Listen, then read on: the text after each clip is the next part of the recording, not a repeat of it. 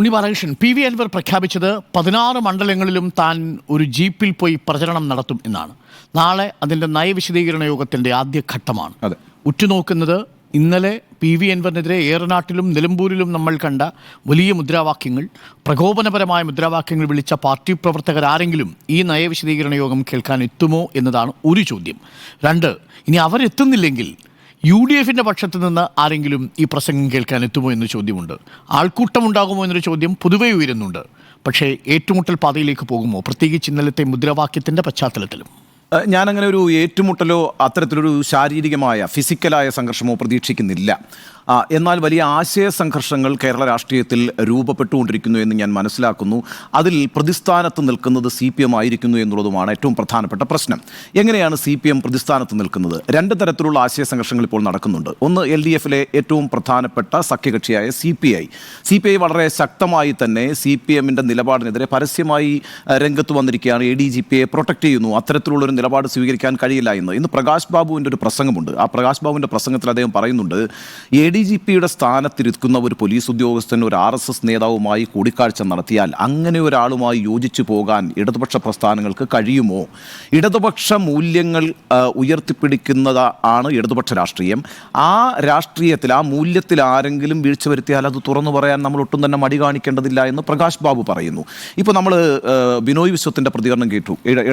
ഇടതുപക്ഷ സർക്കാർ ഭരിക്കുമ്പോൾ ഇത്തരത്തിൽ RSS-മായി ബന്ധം സ്ഥാപിക്കുന്ന ഉദ്യോഗസ്ഥന് തുടരാൻ കഴിയില്ല എന്ന് അസന്നിഗ്ധമായി പറയുന്നു. ആ ഒരു രാഷ്ട്രീയ അഭിപ്രായ വ്യത്യാസം അതിശക്തമായി നിൽക്കുന്നുണ്ട്. എന്നാൽ അടിയന്തരമായി CPM അഭിമുഖീകരിക്കുന്ന പ്രശ്നം PV അൻവർ എന്ന വിഷയം തന്നെയാണ്. കാരണം ഇപ്പോൾ താങ്കൾ സൂചിപ്പിച്ചതുപോലെ നാളെ മുതൽ അദ്ദേഹത്തിൻ്റെ രാഷ്ട്രീയ നയവിശദീകരണം ആരംഭിക്കുകയാണ്. അപ്പോൾ ആളുകൾ ഉണ്ടാകുമോ എന്ന ചോദ്യം ഇന്ന് അദ്ദേഹത്തോട് ചില മാധ്യമപ്രവർത്തകർ ചോദിച്ചു. അപ്പോൾ അദ്ദേഹത്തിൻ്റെ ഒരു മറുപടിയുണ്ട്, ഞാൻ സംഘടിപ്പിക്കുന്ന അഥവാ ഞാൻ പോയി പറയുന്ന യോഗങ്ങളിലേക്ക് ആളുകൾ വരണമെന്നില്ല. ഇന്നിപ്പോൾ കേരളത്തിലും അല്ല ലോകത്ത് തന്നെ ഒരുപാട് മാധ്യമ സംവിധാനങ്ങളുണ്ട്, അല്ലേ? നിങ്ങൾക്ക് നിങ്ങളുടെ വീട്ടിലിരുന്നും ഈ പ്രസംഗം കേൾക്കാം. അപ്പോൾ അതുകൊണ്ട് ഞാൻ അവിടെ നടത്തുന്ന പ്രസംഗത്തിന് ആളുകൾ വന്ന് സന്നിഹിതരാകണം, നേരിട്ടത് കേൾക്കണം എന്നുള്ള ആവശ്യമൊന്നും എനിക്കില്ല. പക്ഷേ ഞാൻ എൻ്റെ നയസമീപനങ്ങളുമായി മുന്നോട്ട് പോകും എന്നുള്ളതാണ്. നമ്മൾ പക്ഷേ ഇവിടെ ഈ സംഘർഷത്തിലേക്കോ എന്നുള്ളതാണല്ലോ ചോദ്യം. വലിയൊരു ശക്തമായൊരു ആശയ സംഘർഷം ആരംഭിച്ച് കഴിഞ്ഞിരിക്കുന്നു എന്നുള്ളതാണ്. ഞാൻ ഇന്നലെ മീറ്റ് ദി എഡിറ്റേഴ്സിൽ വളരെ വ്യക്തമായി പറഞ്ഞത്, PV അൻവർ അദ്ദേഹത്തിൻ്റെ ഒരു രാഷ്ട്രീയ സന്ദേശമായോ ആശയമായോ മുന്നോട്ട് വയ്ക്കാൻ പോകുന്നത് മതന്യൂനപക്ഷങ്ങളുടെ രാഷ്ട്രീയമാണ് എന്നുള്ളതാണ്. ഇന്ന് അദ്ദേഹം വളരെ ശക്തമായൊരു ആക്രമണമാണ് മലപ്പുറത്തെ CPM-ൻ്റെ ജില്ലാ സെക്രട്ടറിക്കെതിരെ ഉയർത്തിയിരിക്കുന്നത്. എന്താണ് അദ്ദേഹം പറഞ്ഞിരിക്കുന്നത്? അദ്ദേഹം ഒരു RSS മനസ്സുള്ളയാളാണ് എന്നാണ്. മോഹൻദാസ് ഒരു RSS മനസ്സുള്ളയാളാണെന്ന് പറയുക മാത്രമല്ല, അതിന് ചില തെളിവുകൾ അദ്ദേഹം നാളെ വെളിപ്പെടുത്താൻ പോകുന്നു എന്ന് പറയുന്നു. എന്നാൽ ഇന്നൊരു കാര്യം അദ്ദേഹം പറഞ്ഞിട്ടുണ്ട്. എന്താണ് പറഞ്ഞത്? മോഹൻദാസിൻ്റെ പാർട്ടിക്കുള്ളിൽ നിന്ന് തന്നെ ആ വിമർശനം ഉണ്ടായി എന്നാണ് അദ്ദേഹം പറയുന്നത്. അതായത് CPM-ൻ്റെ മലപ്പുറം ജില്ലാ സെക്രട്ടേറിയറ്റ് അംഗമായ ഒരാൾ മോഹൻദാസിൻ്റെ ഷർട്ടിൻ്റെ കോളറിന് കുത്തിപ്പിടിച്ചിട്ട് RSS മനസ്സുമായി ഇവിടെ ഇരിക്കേണ്ട, അത് വീട്ടിൽ വെച്ചിട്ട് ഇങ്ങോട്ട് വന്നാൽ മതി എന്ന് പറഞ്ഞിട്ടുണ്ട് എന്ന് അൻവർ പറയുന്നു. അപ്പോൾ അതിൻ്റെ തുടർ വിവരങ്ങളെല്ലാം അദ്ദേഹം അടുത്ത ദിവസങ്ങളിൽ പുറത്തേക്ക് വിടുമെന്നാണ് പറയുന്നത്. അങ്ങനെ RSS മനസ്സുള്ള ഒരാളാണ് CPM-നെ അവിടെ നയിക്കുന്നത് എന്ന് പറഞ്ഞിട്ട് അൻവർ അദ്ദേഹത്തെ സ്വയം എങ്ങനെയാണ് പ്ലേസ് ചെയ്യുന്നത്? ഞാൻ 5 നേരം നിസ്കരിക്കുന്ന മുസ്ലിമാണ്, എൻ്റെ ഈ 5 നേരം നിസ്കരിക്കുന്ന മുസ്ലിമായി പോയതാണോ എൻ്റെ തെറ്റ്? ഞാനിപ്പോൾ പാർട്ടി പരിപാടികളിലൊക്കെ പങ്കെടുക്കുമ്പോൾ ഈ ബാങ്ക് വിളിക്കുമ്പോൾ പോയി നിസ്കരിക്കേണ്ട സമയത്ത് പള്ളിയിൽ പോയി നിസ്കരിച്ചിട്ട് തിരിച്ചു വരാറുണ്ട്. അതൊന്നും ഈ മോഹൻദാസിന് ഇഷ്ടമല്ല. അപ്പോൾ ഒരു വശത്ത് മോഹൻദാസ് RSS മനസ്സുള്ള ആളായിരിക്കുന്നു, മറുവശത്ത് അദ്ദേഹം കടുത്ത മുസ്ലിം വിരോധിയായിരിക്കുന്നു. ഇനി അവിടെ തീരുന്നില്ലല്ലോ വിമർശനം. മറ്റൊരു കാര്യം കൂടി അദ്ദേഹം പറഞ്ഞിട്ടുണ്ട്.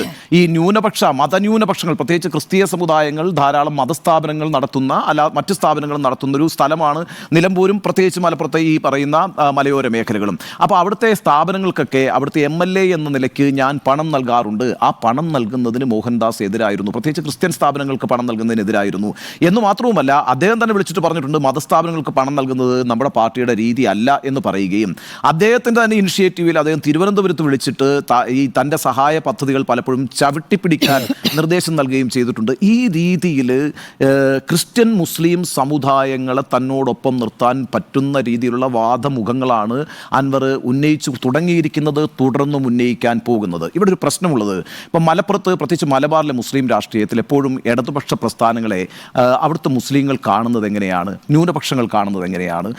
ഫാസിസ്റ്റ് വിരുദ്ധ രാഷ്ട്രീയ പ്രസ്ഥാനം എന്നുള്ള നിലയ്ക്കാണ്. പ്രത്യേകിച്ച് RSS-ൻ്റെ വർഗീയ അജണ്ടയെ ചെറുക്കാൻ ഏറ്റവും ആത്മാർത്ഥമായി നിൽക്കുന്ന രാഷ്ട്രീയ പ്രസ്ഥാനം എന്ന നിലയ്ക്ക് CPM-നെയും ഇടതുപക്ഷത്തെയും ഉറ്റുനോക്കുന്ന ഒരു വലിയ വിഭാഗം ന്യൂനപക്ഷങ്ങൾ അവിടെ ഉണ്ട്.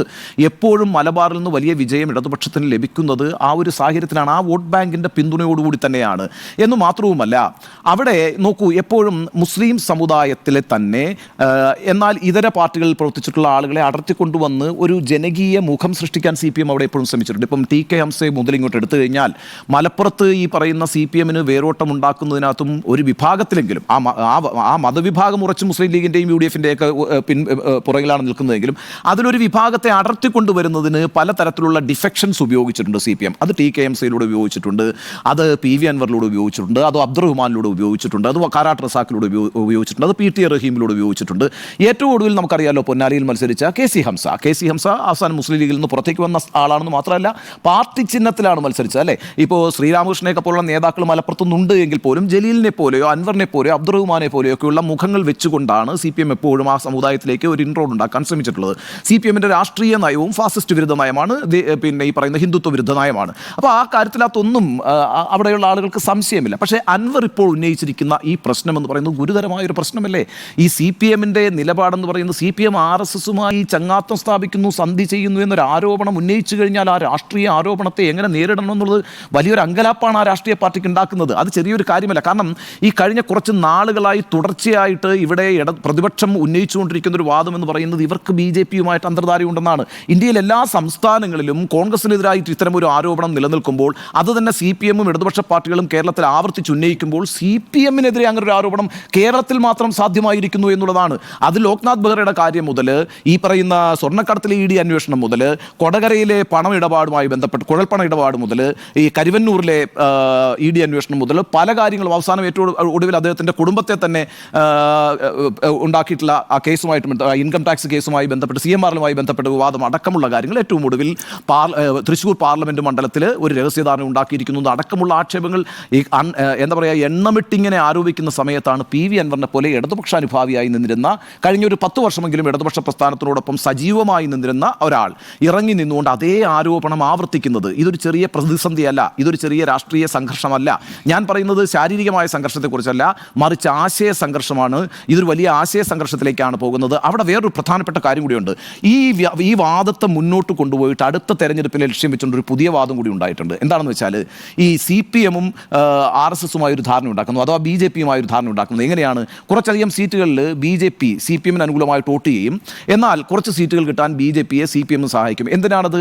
മൂന്നാമതൊരു തുടർഭരണം ഉണ്ടാക്കാൻ. അപ്പോൾ മൂന്നാമതൊരു തുടർഭരണം ഉണ്ടാക്കാൻ ഈ രീതിയിലുള്ള ഒരു ചങ്ങാത്തം അന്തർധാര ഉണ്ടാക്കുന്നു എന്ന ആരോപണമാണ് അടുത്ത തെരഞ്ഞെടുപ്പിലേക്ക് പോകുമ്പോൾ മുനമൂർച്ച വരുത്താൻ പോകുന്നത് എന്നുള്ളൊരു കാര്യം കൂടി നമ്മൾ കണക്കിലെടുക്കുകയാണെങ്കിൽ ഇപ്പോൾ അൻവർ ഉണ്ടാക്കാൻ പോകുന്ന രാഷ്ട്രീയ പ്രതിസന്ധി ചെറുതല്ല, അത് വലിയ ആശയക്കുഴപ്പം ഉണ്ടാക്കും. നോക്കൂ, മുസ്ലിങ്ങളെ ക്രിമിനലായി ചിത്രീകരിക്കുന്നു, ആ സമുദായത്തിലുള്ള ആളുകൾ മുഴുവൻ ക്രിമിനലുകളാണെന്ന് പറയുന്നു, ആ രീതിയിൽ കേസുകൾ എടുക്കുന്നു, അവരെ അങ്ങനെ സ്വർണം പൊട്ടിക്കലുകാരായും സ്വർണ്ണക്കടത്തുകാരായിട്ടും പ്രത്യേകിച്ച് മലപ്പുറം ജില്ലയിൽ ഊന്നിന്നുകൊണ്ടാണ് അൻവർ ഇതൊക്കെ പറയുന്നത്.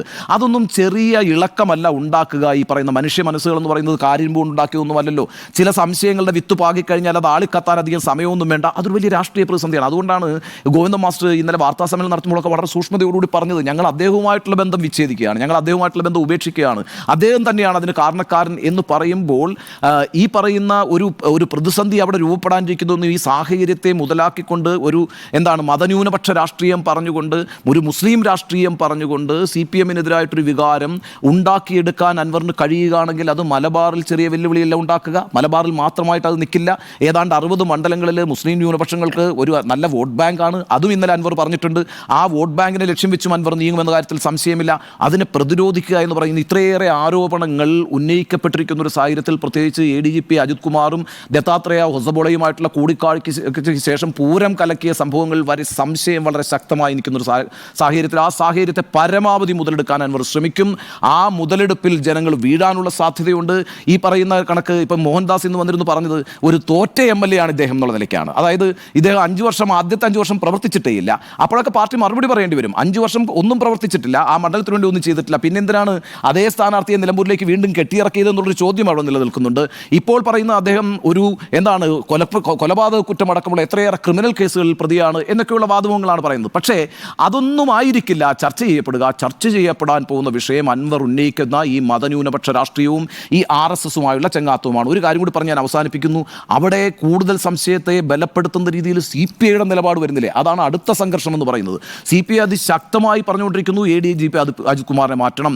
RSSുമായി ചങ്ങാത്തം സ്ഥാപിക്കുന്ന ഒരു ഉദ്യോഗസ്ഥനുമായി തുടരാൻ ഈ സർക്കാരിന് കഴിയില്ല. അത് ഇടതുപക്ഷ മൂല്യങ്ങളിൽ വരുത്തുന്ന വീഴ്ചയാണ്. ആ മൂല്യ ശോഷണം സംഭവിച്ചാൽ അത് വിളിച്ചു പറയാൻ തയ്യാറാകണം. ആ കർമ്മമാണ് ഞങ്ങൾ നിർവഹിച്ചുകൊണ്ടിരിക്കുന്നത്. ഈ രീതിയിൽ CPI കൂടി പറയുന്ന സാഹചര്യത്തിൽ അതിശക്തമായൊരു രാഷ്ട്രീയ പ്രതിസന്ധിയെ CPM അഭിമുഖീകരിക്കുന്നുണ്ട്. ആ പ്രതിസന്ധിയെ CPM എങ്ങനെ മറികടക്കും എന്നുള്ളത് അവരുടെ വിഷയമാണ്. പക്ഷേ കലുഷിതമാകുന്നു കേരള രാഷ്ട്രീയം. അവിടെ പല തരത്തിലുള്ള മുതലെടുപ്പ് സാഹചര്യങ്ങൾ രൂപപ്പെട്ടു വരുന്നു. ആ മുതലെടുപ്പിൽ ആര് വിജയിക്കും എന്നുള്ളത് കാത്തിരുന്ന് കാണണം. എന്തായാലും PV അൻവർ ഉണ്ടാക്കാൻ പോകുന്ന പ്രതിസന്ധി ചെറുതായിരിക്കും എന്ന് ഞാൻ വിചാരിക്കുന്നതേയില്ല. സ്മൃതി,